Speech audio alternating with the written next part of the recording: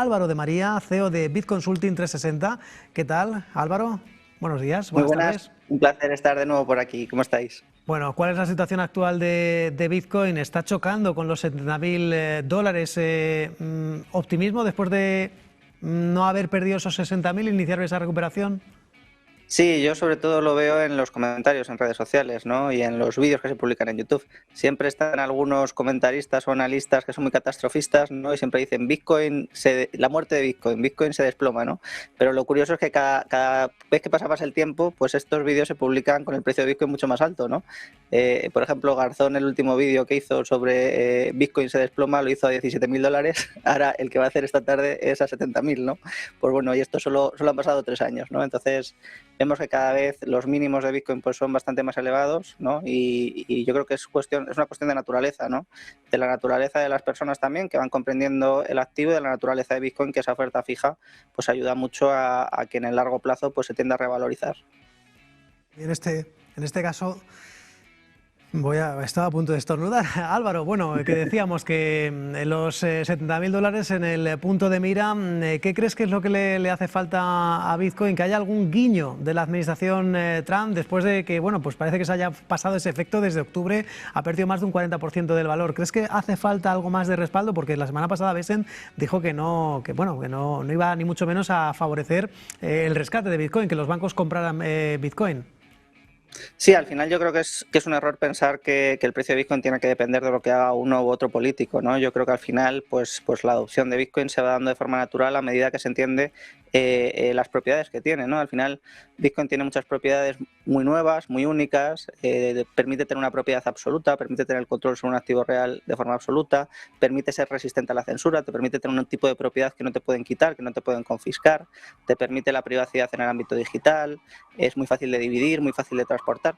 Tiene una serie de novedades muy únicas, acaba con el riesgo de dilución también, y todo ese tipo de propiedades y de características pues están en un proceso de descubrimiento.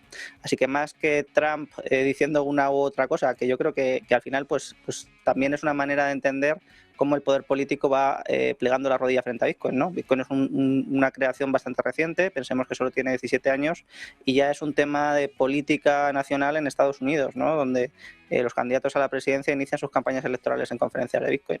Pues yo creo que más que verlo como que Bitcoin los necesita, yo creo que poco a poco vamos a ir viendo cómo cada vez, a medida que el precio de Bitcoin se va revalorizando con el paso del tiempo, pues se va a convertir en una cuestión política en todo el mundo, ¿no? El pasado viernes se disparaba Strategy, parece que nadie con más fe que Michael Saylor, ¿no? por Bitcoin, anunciando la compra de más de 1.000 Bitcoin por 90 millones de dólares. Pero esto tampoco parece que haya demasiado respaldo de otros tipos de inversores. Por supuesto, los minoristas están fuera de toda duda. ¿Tú crees que es un factor, un argumento a favor, que tiene demasiado peso o efecto arrastre Strategy, Michael Saylor, este tipo de compañías? Yo creo que Strategy ha tenido, en concreto Michael Saylor, ¿no? Ha tenido una visión muy clara, que es entender Bitcoin de una manera bastante correcta, en buena medida, y aprovechar su situación como una cotizada en Estados Unidos para obtener una financiación que pues, los particulares no tenemos acceso a ella, ¿no? Una financiación mucho más especializada y en un volumen muchísimo mayor para adquirir el activo mucho antes que el resto, ¿no? Imaginemos que pues, estuviésemos hablando de una situación donde hay un territorio, un terreno que se considera que va a ser muy valioso dentro de décadas, ¿no? Y tú obtienes la posibilidad de endeudarte para comprar todo ese terreno hoy o una parte muy importante de ese terreno hoy, ¿no?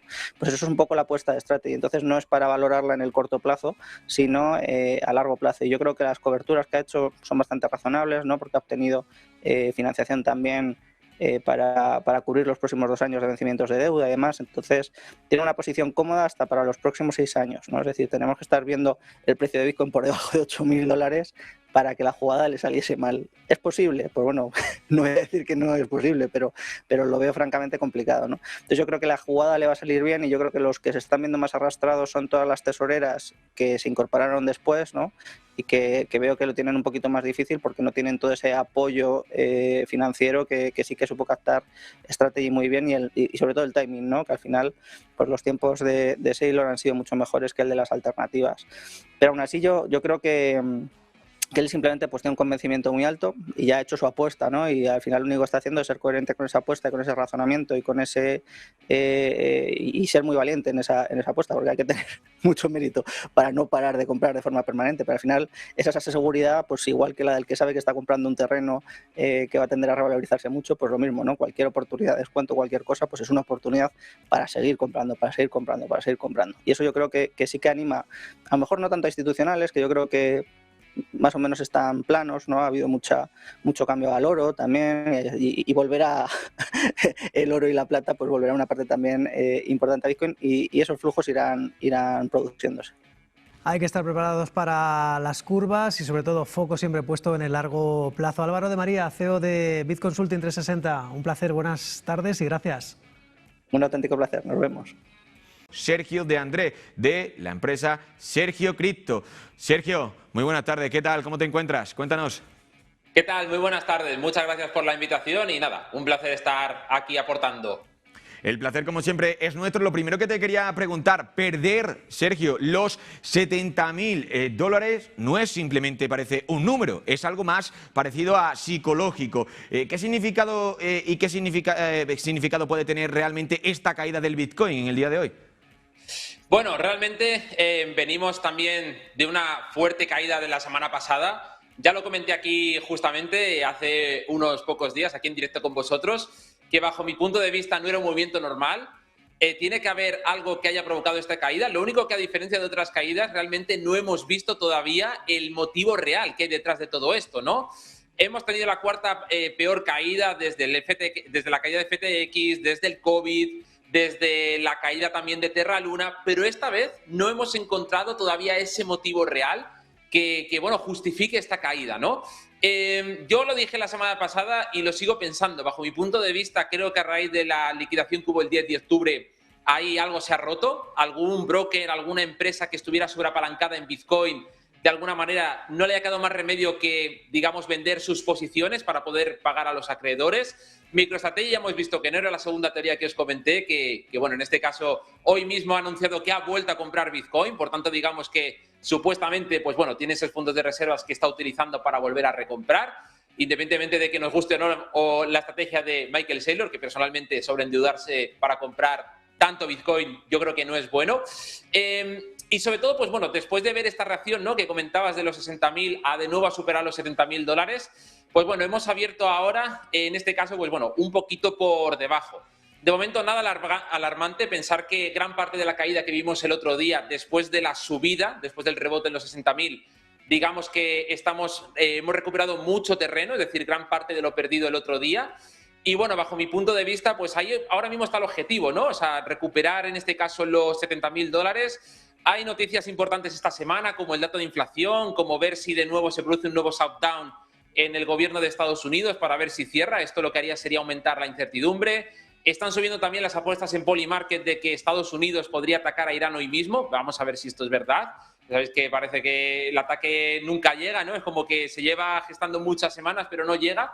Entonces, bueno, quizá esta incertidumbre es lo que está haciendo que ahora Bitcoin esté por debajo de los 70.000, pero al menos hemos frenado la gran sangría que tuvimos el otro día, que es que fue, vamos, o sea, impresionante para los que lo vivimos en directo. ¿Tú qué dirías que es? ¿Es una corrección técnica después del rally anterior que hemos vivido o estamos viendo unas señales de debilidad estructural por parte de Bitcoin? ¿Te refieres ahora o de la caída de la semana pasada? De la semana pasada y sobre todo también analizando con perspectiva después de los días de hoy, mirándolo desde esta perspectiva de hoy. Sí, mejor, porque la verdad es que cuando lo analizamos el otro día era como que estábamos viendo cómo caía el precio en directo, ¿no? Y era como, Dios mío, o sea, estaba rompiendo todos los soportes que bueno, pues que eran muy relevantes, ¿no? Ahora mismo, o sea, lo que está claro es que hemos roto estructuras, es decir, ahora mismo, si nos guiamos no solamente por la historia, sino simplemente por lo que nos indica el gráfico, ahora mismo claramente podemos entrar en una fase bajista prolongada, ¿no? Hemos perdido soportes que bueno, pues que han sido muy importantes. De hecho, bueno, ahora mismo estamos como intentando recuperar alguno, pero tanto la línea de tendencia alcista que llevamos arrastrando del año 2023, como los soportes que históricamente pues han funcionado muy bien y que bueno, que ahora es lo que justamente estamos intentando recuperar, hasta que no lo superemos con fuerza ahora mismo, pues creo que esta tendencia bajista podría continuar, ¿no? Sí que es verdad que ahora mismo hay como un gap, ¿no?, por el futuro de los TME de Bitcoin, que normalmente en el 90% de las ocasiones, si estoy hablando de los 80.000, 84.000, normalmente se suele rellenar. Esto fue por lo que ocurrió el fin de semana, que el mercado cripto cayó y como es el único mercado que abre 24/7, pues se produjo un gap tremendo entre el cierre del viernes y la apertura del lunes, ¿no? Entonces, quizá podamos ir a rellenar, yo creo que no a corto plazo, sino a medio plazo ese gap, para luego a partir de ahí, y eso sí que va a ser para mí la clave, ver si en este caso, pues bueno, conseguimos mantener o en este caso continúa la tendencia bajista. Y ya por terminar y por complementar esto, y al final yo creo que incluso es sorprendente, ¿no?, cómo en este caso parece que los ciclos de Bitcoin, ¿no?, y yo era de los que pensaba sinceramente que con la entrada de las instituciones podíamos ver un cambio, ¿no?, en el funcionamiento de los ciclos hasta ahora. De hecho, es la primera vez que cerramos 2 años en negativo, pero de momento se han comportado, o sea, a la pela. Es decir, tuvimos el máximo histórico en octubre del 2025, o al menos tiene toda la pinta de que eso parece, que coincide exactamente con lo que ocurrió en los ciclos anteriores. Entonces, si nos guiamos por la teoría de los ciclos que hemos vivido durante de los últimos 15 años, en este caso lo que nos dice es que podríamos vivir el suelo de Bitcoin. En este caso, normalmente son 365 días, tocamos suelo después del máximo anterior, es decir, octubre del 2025. Por tanto, quizá lo que nos espera ahora es una especie de rebote de complacencia, ¿no?, como suele haber en todas las... No es que caigamos a cuchillo, para subir, para luego en este caso continuar esta tendencia bajista, que como os digo, pues en este caso terminaría, perdón, en octubre del 26. Pero bueno, es pronto todavía y hay todavía muchas cosas encima de la mesa. ¿Cómo lo definirías tú? ¿Estamos viendo, por así decirlo, pánico? ¿Estamos viendo pánico? ¿Es simplemente una rotación de capital ahora mismo en lo que estamos viendo?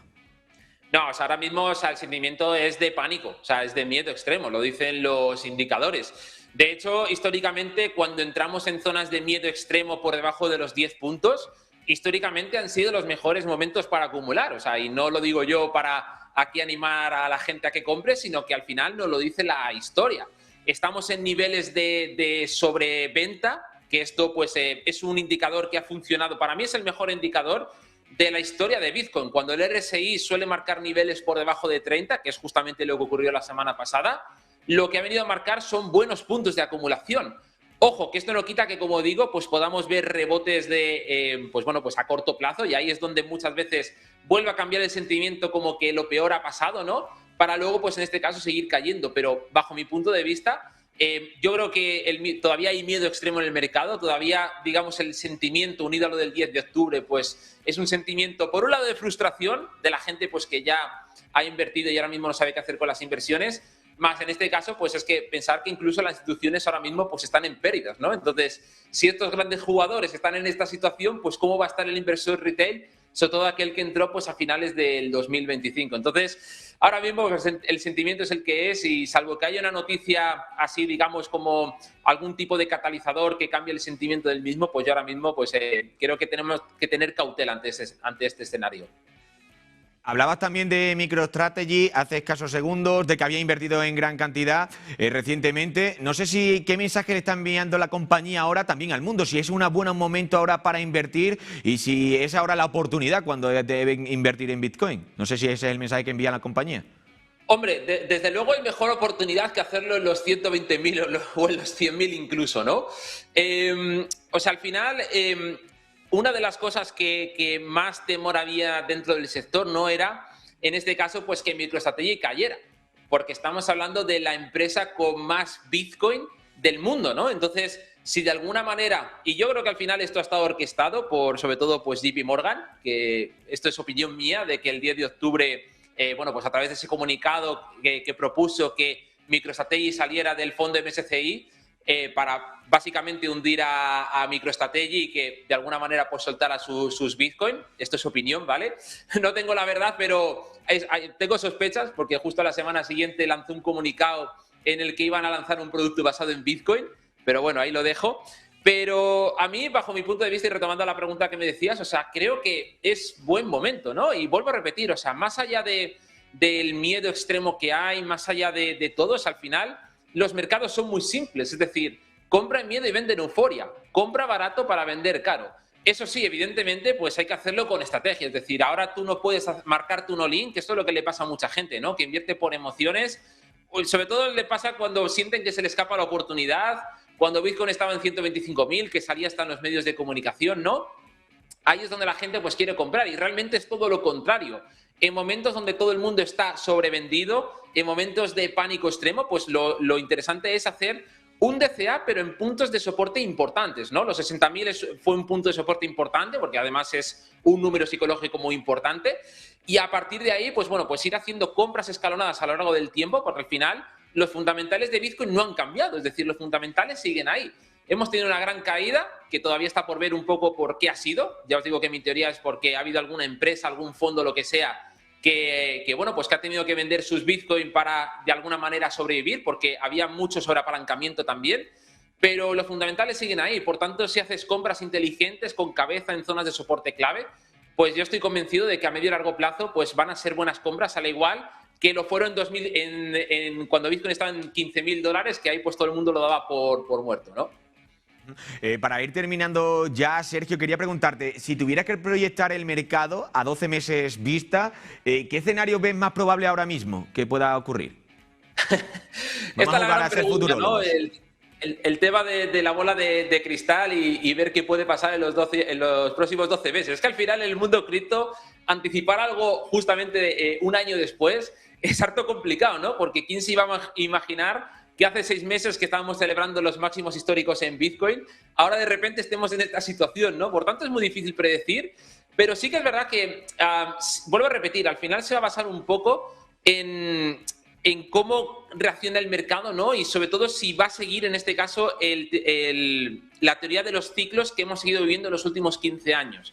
Porque si más o menos se sigue, y hasta ahora de momento es lo que está ocurriendo, cosa que vuelvo a repetir que es sorprendente, lo que nos dice, en este caso, esta teoría o el funcionamiento es que, insisto, que en octubre del 2026, este año, es cuando tocaremos suelo.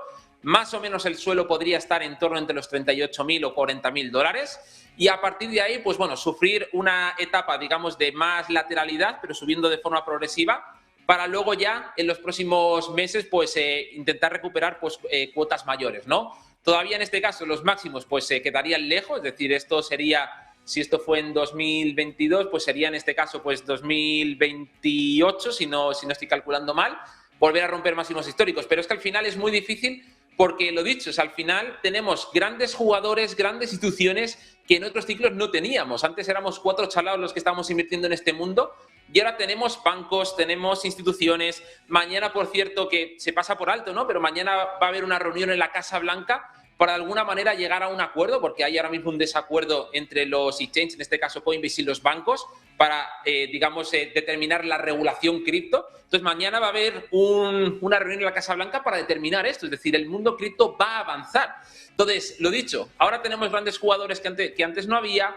Creo que es más fácil que la adopción vaya mucho más rápida que estos ciclos, que los años anteriores, pero insisto, si se cumplen los ciclos como hasta ahora de momento estamos siguiendo, deberíamos ver el suelo, en este caso, en septiembre-octubre. Pero como digo, como hay tantos factores que antes no teníamos, ahora mismo pues es difícil. Pero más o menos espero que los espectadores se hagan un poco a la idea de los posibles escenarios.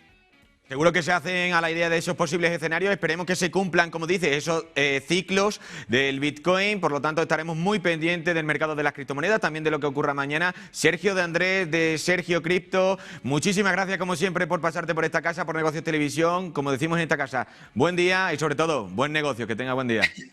Muy bien, muchísimas gracias. Un placer.